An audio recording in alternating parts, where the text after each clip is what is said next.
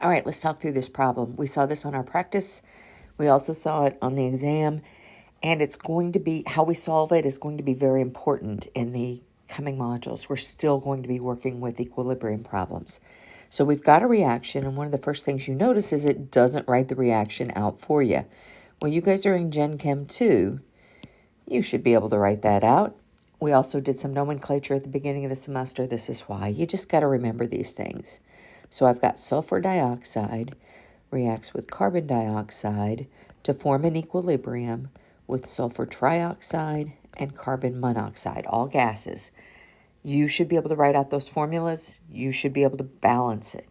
If you do a quick check, it is already balanced, all with one coefficients. So I've got a mixture of so many moles and so many liters. If you pull this question up on your test, it's going to have different numbers. The numbers won't necessarily be the same. So I've got the numbers that I need to get concentrations. That's an initial amount put in the container, and I know that from the context of the question because now it says if the equilibrium, this is what it says.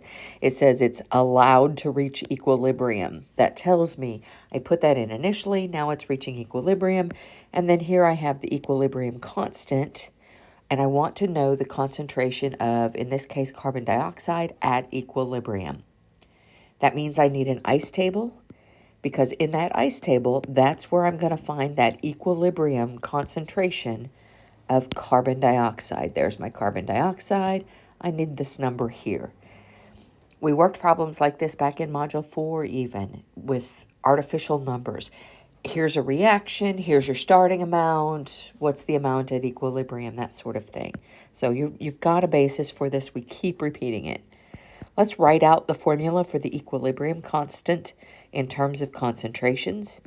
That will be the sulfur trioxide times the carbon monoxide, both at equilibrium, divided by the SO2 and the CO2 at equilibrium.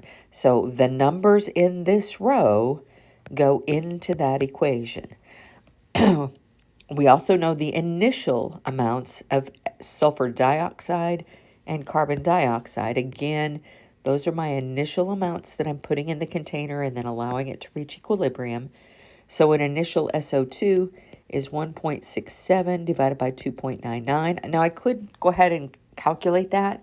I just have to make sure that I keep extra significant figures during the calculation. Both of those are 3 sig figs. I want to keep 4, even 5 sig figs during the calculations. I'm just going to write them like that, and then I'll type them in my calculator like that. But that's the starting amount for both of these guys according to the problem. That means I have 0 and 0 of this, and I don't know any other numbers for the table. So this is, these guys go away, these guys get produced, minus x's and plus x's. And so that's what I have at equilibrium. All right. Now I can plug into this equilibrium constant expression. I know the values to plug in here. I know the value of Kc, it's 1.99.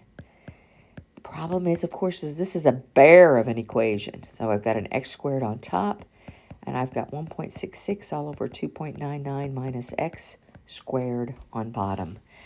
There are several paths to solving this. If you watch the lecture videos, one way to solve it is to take the square root of both sides. Again, you've got to keep extra sig figs if you're calculating in the middle to solve for x. Once you take the square root of both sides, there's still a lot of algebra. So an alternative method that has become available to us in the in the recent years is MathPapa. And I suggested this on a note on our news item. I think it could have been the discussion board. I can't remember which. And so I can plug this into MathPapa and get MathPapa to calculate it for me. Of course, the problem is I need to make sure I know enough about algebra that it's going in right and that I'm getting the right answer. So let me see if I can get this in. 1.99, your MathPapa may look a little different than mine. I've worked with a couple students, and it tends to look a little bit different depending on what platform you're on.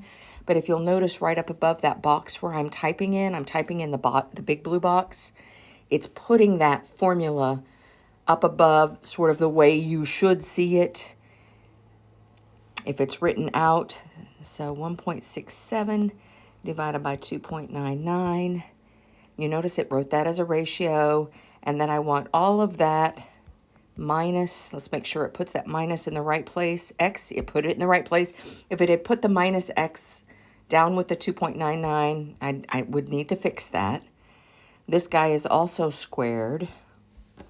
And so that is my equation. That's the equation I'm trying to solve for x. And again, I got to know enough about algebra to know if it's doing it right. So I solved it, and I come down here, and you'll notice it's giving me two answers.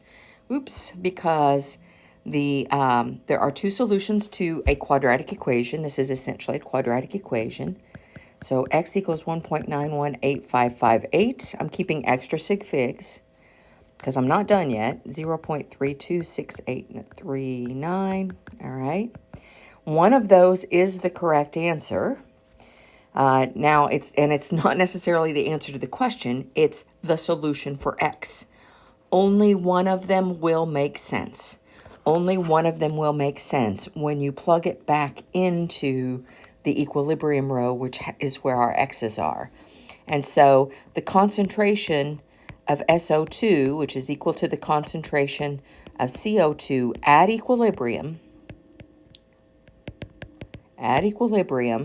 those concentrations are equal to 1.67 all over 2.99 minus x.